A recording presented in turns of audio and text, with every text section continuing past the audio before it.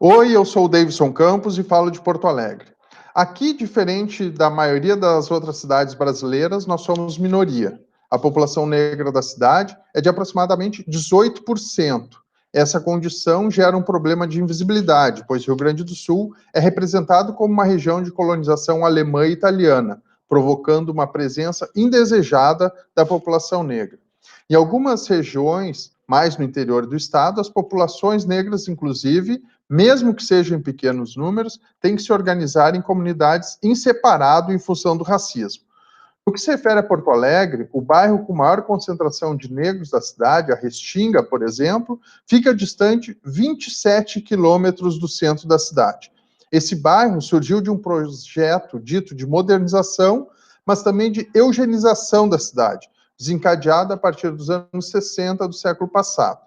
As populações negras que viviam em regiões junto ao centro foram pressionadas pela especulação imobiliária, apresentada como política habitacional, e foram enviadas para as cidades da região metropolitana ou bairros periféricos na Zona Sul, a Restinga, e na Zona Norte, Parque dos Maias e Rubem Berto.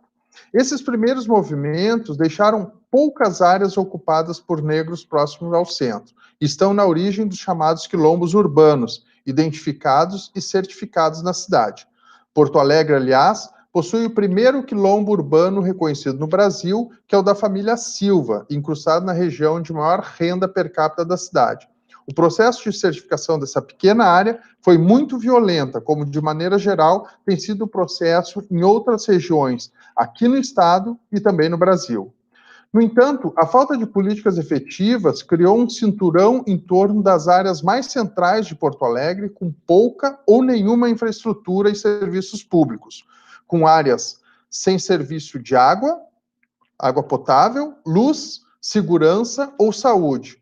São os complexos de vilas denominadas Cruzeiro, Maria da Conceição, Campo da Tuca, São José e Lomba do Pinheiro, que atravessa a cidade de sua divisa oeste com o Rio Guaíba até a sua divisa leste com o município de Viamão.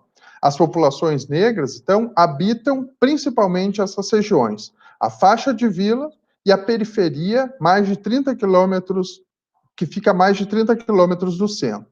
Parte dessas regiões foram atingidas por remoções para as obras da Copa do Mundo de 2014, levando a um novo processo de afastamento do centro de muitas famílias negras. Essas regiões, além das faltas de serviço e infraestrutura básica, sofrem com índices de violência, seja em função do tráfico de drogas, seja pela violência policial. Isso faz com que, mesmo representando 6% da população da cidade, os jovens negros representam 71% dos que morrem de forma violenta em Porto Alegre. Ou seja, de cada 5 jovens que morrem de forma violenta, 4 jovens são negros. O genocídio dos jovens negros se mostra, portanto, de forma muito profunda e acentuada na capital gaúcha. Isso faz com que muitos não possam circular de forma tranquila em todas as regiões da cidade. Existe, por exemplo, uma área recém-vitalizada na orla do Rio Guaíba, o rio que cerca a cidade, e fica próximo ao gasômetro, né, que é um dos monumentos mais conhecidos aqui de Porto Alegre. Aos finais de semana, milhares de porto-alegrenses vão para o local para usufruir desse espaço público. Quando jovens negros começaram a se reunir e ouvir funk e samba, tornou-se caso de polícia e sua presença foi reprimida pelas forças de segurança. Além disso, os principais parques da cidade ficam em áreas de classe alta ou próximo ao centro, o que impossibilita uma permanência de grupos de jovens negros, pois a relação com as polícias se dá da mesma maneira. Observa-se, então, que mesmo com diferentes formas de exclusão e violência já exercidas, segue a pressão espacial contra as populações negras para que se afastem cada vez mais do centro da cidade, a fim de que se materialize a representação do gaúcho como descendente de europeu, homens e mulheres brancas.